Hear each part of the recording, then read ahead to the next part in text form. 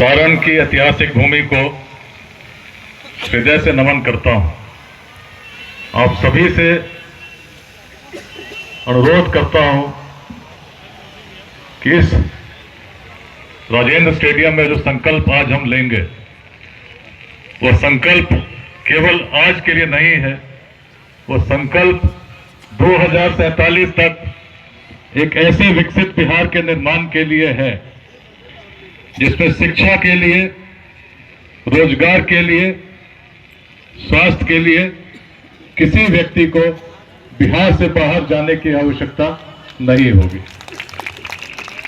नमस्ते बिहार के इस चतुर्थ बृहद जन संवाद में मंच पर उपस्थित माननीय छपरा विधायक डॉक्टर CN गुप्ता जी, यहाँ उपस्थित विधान परिषद के माननीय सदस्य इंजीनियर सच्चिदानंद राय जी, यहाँ उपस्थित जयप्रकाश विश्वविद्यालय के माननीय कुलपति professor Premendra Vajpayee ji, private schools and children welfare association के राष्ट्रीय अध्यक्ष और अभिन्न मित्र सैयद शमाइल अहमद जी, जिनके कारण आज बिहार के 25,000 से अधिक विद्यालय इस अभियान के साथ जुड़कर विद्यार्थियों में नई प्रेरणा देने का प्रयास कर रहे हैं। इस नमस्ते बिहार आयोजन समिति के अध्यक्ष और शिक्षाविद doctor Harendra Singh ji, private school and children welfare association की जिलाध्यक्षा सीमा सिंह जी, छपरा शहर के माननीय महापौर लक्ष्मी नारायण गुप्ता जी, नारायण कॉलेज गुरियाकोटी सिवान के प्राचार्य डॉक्टर प्रमेंद्र रंजन सिंह जी, हथुआ राज की महाराज कुमारी आद्या शाही जी, गार्गी अध्याय के मुख्य समन्वयक डॉक्टर प्रीति बाला जी, वरिष्ठ समाज सेवी राकेश सिंह जी, वरिष्ठ समाज सेवी संतोष महतो जी, औरंगाबाद से विशेष रूप से आए लव कुमार सिंह जी, पूर्व विभागाध्यक्ष प्रोफेसर लाल बाबू यादव जी, रोहतास में नमस्ते बिहार को जो ऐतिहासिक कार्यक्रम हुआ उसके अध्यक्ष GM अंसारी जी, मुखिया संघ के बिहार के अध्यक्ष मिथिलेश राय जी, रिविलगंज के प्रमुख राहुल राज जी, एयरफोर्स से रिटायर हुए wing commander UK Tripathi ji, इस कार्यक्रम में गुजरात के बड़ौदा से यहाँ पर पहुंचे उद्यमिता अध्याय के समन्वयक मोहन कुमार झा जी, इतनी बड़ी संख्या में आज महिलाओं की जो भागीदारी है उसमें प्रमुख भूमिका निभा रही खुशबू ठाकुर जी, इस कार्यक्रम के संयोजक सच्चिदानंद ओझा जी, इस शहर की प्रमुख इंजीनियर चांदनी प्रकाश जी, पूर्व जिला परिषद अध्यक्षा मीना अरुण जी, डिप्टी मेयर रागिनी देवी जी, पूर्व जिला परिषद सदस्य पुष्पा सिंह जी, समाज सेवी त्रिलोकी शाह जी, प्रशांत प्रताप यादव जी, धीरज जी, इस अभियान के मुख्य समन्वयक राहुल जी, छपरा के इस कार्यक्रम में पहले दिन से लगे हुए राजन कुमार सिंह जी, शिवशंकर जी, संजीव चौधरी जी, सुमंत पांडे जी, रोहतास से आए यश उपाध्याय जी, अभियान में अलग अलग जिलों से यहाँ उपस्थित सभी जिलों के समन्वयकों, यहाँ उपस्थित छपरा के नागरिकों, सारण जिले के अलग अलग प्रखंडों से यहाँ उपस्थित सभी पुरुषों का, महिलाओं का, विद्यार्थियों का, किसानों का, सभी का मैं हृदय से नमन करता हूं, अभिनंदन करता हूं।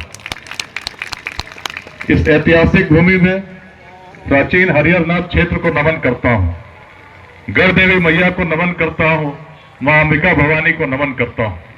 सारण अनेक विभूतियों की जन्मस्थली रही है। मैं इसी छपरा में कभी अध्ययनरत रहे भारत के प्रथम राष्ट्रपति राजेंद्र बाबू को नमन करता हूं। बिहार और पूरे भारत में एक क्रांति के अग्रदूत जयप्रकाश नारायण जी को नमन करता हूं। भोजपुरी के शेक्सपियर माने जाने वाले आदरणीय भिखारी ठाकुर जी को नमन करता हूं। राष्ट्रकवि दिनकर को नमन करता हूं, बाबू वीर कुंवर सिंह को नमन करता हूं, मौलाना मजहूर हक की विद्वता को नमन करता हूं। इस शहर के एक एक ऐसे विभूति को नमन करता हूं। आप सभी का हृदय से अभिनंदन करता हूं।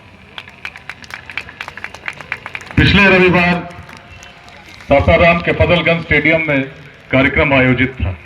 सभी ने देखा होगा किस प्रकार से पूरे बिहार से 50,000 से अधिक लोग वहां एकत्रित हुए। जब छपरा आ रहा था तो मन में बड़ी चिंता थी। पहला कार्यक्रम पिछले वर्ष 10 दिसंबर को हम लोगों ने बेगूसराय के जीडी कॉलेज में किया था। पूरे बिहार से 50,000 से अधिक लोग आए थे। दूसरा कार्यक्रम आरा के महाराजा कॉलेज में इसी वर्ष जनवरी में आयोजित हुआ। तीसरे कार्यक्रम की सफलता के बाद मन में चिंता थी कि बेगूसराय तो मेरी जन्मभूमि है, रोहतास तो मेरी कर्मभूमि है, इसलिए बड़ी संख्या में लोगों की जो सहभागिता हुई, कहीं न कहीं उसमें एक व्यक्तिगत जुड़ाव भी था, लोग जानते भी थे। और इसीलिए अभियान की परीक्षा तब होती जब जिस जिले में न कभी किसी एसपी के रूप में रहा, न कभी डीआईजी के रूप में रहा, न कभी आईजी के रूप में रहा, और केवल इस अभियान के शुरू होने के बाद एक एक व्यक्ति से जुड़ता गया, एक ही उद्देश्य के साथ कि पग पग भूमि जो बिहार की है, उसमें जब तक एक एक व्यक्ति को हम जागृत नहीं करेंगे, एक एक व्यक्ति को हम प्रेरित नहीं करेंगे, तो जो स्वप्न हम देख रहे हैं पूर्ण नहीं हो सकता। ये विचारों की शक्ति है कि आज पूरे छपरा से हजारों हजार की संख्या में आज लोग यहाँ एकत्रित हैं। ये विचारों की शक्ति है कि अभी तक लोग कार्यक्रम में आ ही रहे हैं। ये विचारों की शक्ति है कि कुर्सियां कम पड़ गई और मैदान में जगह कम पड़ गई और लोग गैलरियों में बैठने के लिए विवश हो गए। जितने लोग इस मैदान में हैं, स्टेडियम में है, उससे अधिक संख्या में लोग बाहर सुन रहे हैं, उससे अधिक संख्या में लोग मुझे लाइव सुन रहे हैं। मन में संकल्प बड़ा स्थापित। 9th में था जब भोपाल में बच्चों ने बिहारी बोल के चिढ़ाया था। मन में बड़ी पीड़ा थी। इस मैदान में अनेक बच्चे हैं जो अलग अलग विद्यालयों का भी प्रतिनिधित्व कर रहे हैं। मन में बड़ी पीड़ा जगी थी कि वो बिहार जिसने कभी विश्व को नालंदा और विक्रमशिला जैसे विश्वविद्यालय तब दिए जब यूरोप में ऑक्सफोर्ड और कैम्ब्रिज की कल्पना नहीं थी। अभी आपके बीच मंच पर बैठा था, एक नए बिहार के जब दृष्टि कर रहा था तो बड़ा प्रसन्न हो रहा था। मेरी दाहिनी ओर private school and children welfare association के राष्ट्रीय अध्यक्ष बैठे थे और बगल में विश्वविद्यालय के कुलपति माननीय प्रोफेसर प्रवीण वाजपेयी जी बैठे थे। तो विद्यालय और विश्वविद्यालय के बीच में जब बैठा हुआ व्यक्ति नए बिहार की संकल्पना कर रहा हो तो उसके विचारों में और शक्ति आ जाती है, क्योंकि विद्यालय और विश्वविद्यालय से निकलकर ही आने वाला बिहार बनेगा। कितने लोग हैं जिनको एक प्रश्न पूछना चाहता हूं। जब सुनते हैं कि बिहार एक पिछड़ा राज्य है, लोग कहते हैं तो कैसा लगता है? कैसा लगता है? कोई व्यक्ति है जिसको अच्छा लगता है? इधर कोई व्यक्ति है जिसको अच्छा लगता है जब सुनते हैं कि बिहार एक पिछड़ा राज्य है? क्या बिहार को पिछड़ा हो रहना चाहिए? कितने लोग चाहते हैं कि जैसा बिहार आज है वैसा ही चलता रहे? कितने लोग बिहार को बदलते देखना चाहते हैं? चाहते हैं कि नहीं चाहते हैं? चाहते हैं। सारण की आवाज आनी चाहिए।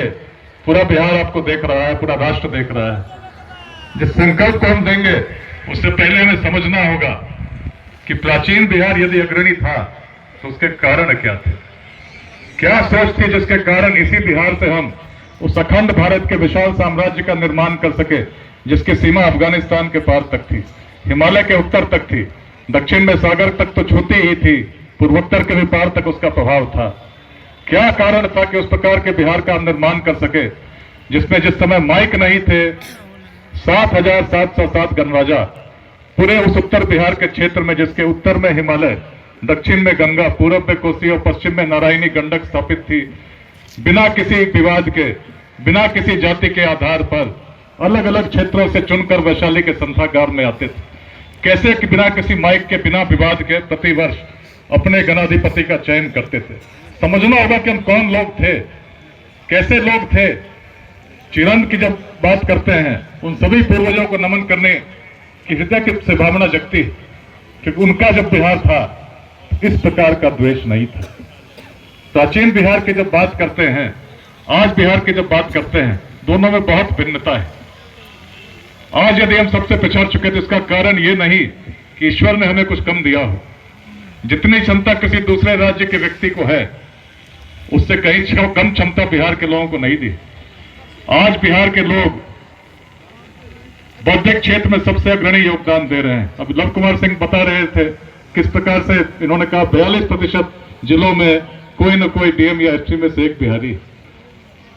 अच्छी बात है, लेकिन जब बिहार की बात करते हैं तो कटु सत्य है कि बड़ी जनसंख्या को एक छोटे से रोजगार के लिए इस बिहार से बाहर जाना पड़ता है। यदि हम अच्छे से पढ़ लिख गए तो उसके उपयुक्त अवसर नहीं मिलते, और यदि हमने अच्छे से स्किल्स को एक्वायर नहीं किया तो भी उचित अवसर नहीं मिलते, और दोनों स्थितियों में बड़ी संख्या में लोग विवश हो जाते हैं। पिछले बार कोविड का समय हम सभी को याद है, बड़ी पीड़ा हुई थी जब बड़ी संख्या में लोग पैदल चलकर बिहार की ओर आने के लिए विवश थे, और तब मन कहता था क्या हो गया मेरे बिहार को। बाल्यकाल से मन चिंतित रहता रहा है, क्यों ऐसी परिस्थिति आई कि छोटे से रोजगार के लिए लोगों को बाहर जाना पड़ता है। जब डॉक्टर राजेंद्र प्रसाद जी ने सपना देखा होगा एक स्वतंत्र भारत का, कभी उन्होंने ऐसा नहीं सोचा होगा कितनी बड़ी संख्या में लोग बिहार से बाहर जाएंगे। जब क्रांति का स्वप्न आदरणीय जयप्रकाश नारायण जी ने सोचा होगा तो कभी नहीं सोचा होगा कितनी बड़ी संख्या में लोग बाहर जाएंगे। कौन इसका उत्तरदायी? यदि हम सोचेंगे तो कोई और नहीं है, हम हैं। यदि हम सोचते हैं कि कोई और इसका कारण है तो कोई और नहीं, एक एक व्यक्ति जो बिहार का है वही उसके उत्तरदायी है। क्यों है? जब परिवर्तन की बात करते हैं तो क्या सोचते हैं? हम सोचते हैं कि राजनीतिक परिवर्तन होगा तो बदल जाएगी चीजें, कोई ऐसी पार्टी की सरकार आएगी जो बिहार को बदल देगी। मित्रों, मैं बहुत स्पष्ट रूप से कहना चाहता हूं, निश्चित सी बात है कि राजनीति में अच्छे लोगों का आना स्वागत योग्य है। अच्छे निस्वार्थ ईमानदार लोग यदि बड़ी संख्या में बिहार में राजनीति में आते हैं, किसी समाज में आते हैं, तो समाज का निश्चित रूप से उत्कर्ष होता है, सामाजिक परिवर्तन होता है। लेकिन जिस स्वप्न को लेकर हम लोग चल रहे हैं 2047 तक एक विकसित बिहार, यदि कुछ लोग जो निस्वार्थ हैं, ईमानदार हैं, जो बिहार को आगे बढ़ाना चाहते हैं, ऐसे लोग राजनीति में पहले तो आने में कठिनाई है। खंड खंड में समाज बटा हुआ है, जाति, संप्रदाय, लिंग भेद, विचारधाराओं के मतभेद में हम इतने ग्रसित हो चुके हैं कि 10 व्यक्ति भी बैठते हैं तो पहली बात मन में यही आती है कि दूसरा व्यक्ति किस जाति का है, किस संप्रदाय का है। उसके अनुसार हम तय करने लगते हैं कि इससे हमारी मित्रता होनी चाहिए कि नहीं होनी चाहिए, किस प्रकार के विचार मेरे मन से इनके प्रति निकलने चाहिए। इस प्रकार के खंडित समाज में जब हम रहते हैं तो राजनीतिक दलों की तो विवशता है। यदि उन्हें राजनीति करनी है तो समाज के उस समीकरण को स्वीकार करते हैं जो खंड खंड में बटा हुआ है, और उसके अनुसार आप देखते हैं किस प्रकार जब उम्मीदवारों का चयन करते हैं तो आधार ये नहीं रहता कि उम्मीदवार योग्य है कि नहीं, आधार यही रह जाता है कि चुनाव जीतने लायक है कि नहीं। और तब राजनीति से परिवर्तन कैसे होगा? अच्छे लोग को चाहेंगे भी तो कैसे होगा? जब तक समाज में एक बड़ी जागृति न आए, जब तक हर बिहारवासी को शिक्षित करने का हम संकल्प नहीं लें। अभी मैं छपरा आया था तो कुछ लोगों ने मुझसे पूछा, आप इतनी बड़ी बड़ी सभाएं कर रहे हैं, हजारों लोग आते हैं, 50,000 से अधिक लोगों की संख्या को आप संबोधित करते हैं, आपने रिजाइन कर दिया है क्या? तो मैंने कहा मैं क्यों रिजाइन करने लगा, मेरी तो भी इतनी लंबी सेवा बाकी है। इस मनोदशा से निकलना होगा जिसमें हम सोचते हैं कि बिहार को आगे बढ़ाने का दायित्व कुछ गिने चुने लोगों पर है। बिहार को आगे बढ़ाने का दायित्व हर उस बिहारी पर है, और भारत के संविधान में हर नागरिक का मौलिक कर्तव्य है, फंडामेंटल ड्यूटी है कि अपने देश को, अपने राष्ट्र को, अपने समाज को आगे बढ़ाने के लिए हम कार्य करें, अपने सांस्कृतिक विकास के लिए हम कार्य करें, उद्यमिता की क्रांति के लिए कार्य करें, साइंटिफिक टेम्पर के लिए कार्य करें। पिछले 3.5 वर्षों से सोमवार से शुक्रवार कार्यालय के सभी दायित्वों को निभाते हुए गृह विभाग में विशेष सचिव था, सबसे व्यस्त चार्ज था, उस समय अभियान शुरू हुआ था। लेकिन अपने शनिवार और रविवार को जो आराम से परिवार के साथ बिता सकता था, मैंने यही सोचा, बाल्यकाल से जो भाव लेकर चल रहा हूं, यदि बिहार नहीं बदला तो मेरा परिवार कैसे सुखी रह सकता है? पूरा बिहार ही तो मेरा परिवार है। परिवार से मैंने अनुमति मांगी, मेरी बेटी 12th में पढ़ती है, बेटा 7th में है। निश्चित है परिवार को भी कठिनाई होती है, लेकिन मन में संकल्प बड़ा स्पष्ट है। जब पूरे बिहार को परिवार के रूप में देखता हूं तो एक एक व्यक्ति जो किसी दूसरे गांव में बैठा हो, मन में इच्छा होती है कि बिहार से इसको बाहर जाने की आवश्यकता नहीं है। और जब तक हम इस प्रकार के खंड खंड में बटे रहेंगे, ऐसा नहीं हो सकता है। प्राचीन बिहार से सीखने की जरूरत है। जिस बिहार में हम अखंड भारत के साम्राज्य का निर्माण कर सके, उसमें जातियां तब भी थीं, लेकिन इस प्रकार का जातिवाद अगर रहा होता जिसमें हम संघर्ष करते हैं, तो मगध में कभी नंद वंश का उदय नहीं होता। जो सबसे निम्न वर्ग से आते थे, ऐसे व्यक्ति शासक बन सकते हैं ऐसी अवधारणा देने की महान भूमि हमारी बिहार की भूमि रही। यदि इस प्रकार का जातिवाद रहा होता तो अखंड भारत की तुम कल्पना भी नहीं कर सकते थे। आचार्य चाणक्य भी यदि चलते और इस प्रकार के जातिवाद से ग्रसित होते तो निश्चित है कि चंद्रगुप्त की जाति खोजते। अलग लोग थे हम, तभी हम वैशाली को स्थापित कर सके जिसकी आधार जाति नहीं थी। अलग अलग संप्रदाय को मानने वाले लोग भी उस वैशाली के संथागार में एक भाव से अपने गणाधिपति और गण परिषद का चयन किया करते थे। यह हमारा इतिहास है, वेदांत की धरती रही है। कल शमाइल अहमद जी के साथ गोपालगंज में थे, गोपालगंज के सारे शिक्षकों को संबोधित कर रहे थे। मैंने बताया वेदांत की दृष्टि को समझो, क्या दृष्टि थी हमारी, एक एक विद्यार्थी को समझना होगा। 2 सूक्त मैं बताऊंगा जो वेदांत के हैं, जो बताएगा हमारी दृष्टि क्या थी। हमारी दृष्टि ऐसी नहीं थी कि हम आपस में संघर्ष करते थे। गुरु और शिष्य एक वृक्ष के नीचे बैठे थे, गुरु और शिष्य एक वृक्ष के नीचे बैठे थे, तो गुरु ने शिष्य से कहा, तुम्हें जो दिखता है, जहां कुछ नहीं दिखता है वहां भी सब कुछ विद्यमान है, दृष्टि की आवश्यकता है। यदि तुम वास्तव में विद्वता ग्रहण करना चाहते हो, समाज को कुछ देना चाहते हो, तो जो सामान्य रूप से दिखता है उसके आगे देखना होगा। तो शिष्य ने पूछा, यह कैसे हो सकता है? जो सामान्य रूप से दिखता है वही तो दिखता है, जो नहीं दिखता नहीं दिखता है। तो गुरु ने कहा, जहां शून्य है, जहां कुछ नहीं है, वहां भी सब कुछ है। शिष्य बड़ा अचंभित हुआ, जहां कुछ नहीं है वहां सब कुछ है, कैसे हो सकता है? तो गुरु ने कहा, ऊपर क्या दिखता है? तो शिष्य ने कहा, ऊपर हम लोग एक वृक्ष के नीचे बैठे हैं, उसके ऊपर आसमान है, चिड़ियां घूम रही हैं। गुरु ने कहा, वृक्ष पर चढ़ जाओ। शिष्य ने वैसा ही किया। तब कहा, अब क्या दिखता है? तो शिष्य ने कहा, कुछ टहनियां दिखती हैं, कुछ पत्ते दिखते हैं, कुछ फल दिखता है। तो गुरु ने कहा, फल को तोड़कर नीचे आ जाओ। जब शिष्य ने वैसा किया तब गुरु ने कहा, इस फल को अब खंडित कर दो और तब बताओ अब क्या दिखता है। तो शिष्य ने जब उस फल को खंडित करके उसमें से बीज निकाला तो उसने कहा कि इसमें कुछ फल का गूदा है, कुछ बीज है। और बीज को जब खंडित किया तब गुरु ने पूछा, अब बताओ इस बीज के अंदर तुमको क्या दिखता है? तो शिष्य ने कहा, बड़े ध्यान से उसने उस बीज को देखा और कहा, गुरुदेव इसमें तो कुछ नहीं दिखता, कोई भिन्नता है ही नहीं, मैं क्या व्याख्या करूं? तब गुरु ने कहा, जिस बीज में तुम्हें कुछ नहीं दिखता है उसी में तो ये पूरा वृक्ष का संदेश समाहित है। एक एक व्यक्ति, एक एक महिला, एक एक युवा, एक एक किसान जो मेरे समक्ष बैठे हैं, मैं तो उस प्रकाश पुंज को देख रहा हूं जिसमें जागृति हो गई, बिहार बदल जाएगा। जिसमें प्राचीन पूर्वजों की दृष्टि आ गई, बिहार बदल जाएगा। वेदांत के संदेश को समझिए। किसी धर्म को हम मानते हो, लेकिन यदि इस ऋषि की बात को समझ गए, जिन्होंने कहा, बिहार की बोल है, ओम पूर्णमदः पूर्णमिदं पूर्णात् पूर्णमुदच्यते पूर्णस्य पूर्णमादाय पूर्णमेवावशिष्यते। जो पूर्ण था पूर्ण ही रहता है, पुनः पूर्ण में विलीन हो जाता है। जब भी कभी जीवन में निराशा होती है, इस मंत्र को याद करता हूं।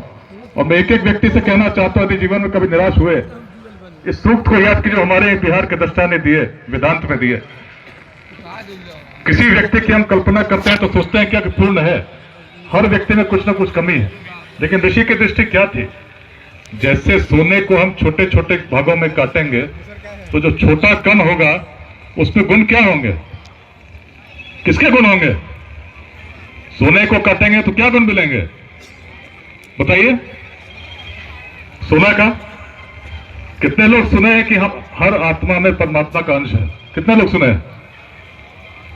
सुने हैं ना? सब लोग सुनते हैं बाल्यकाल से।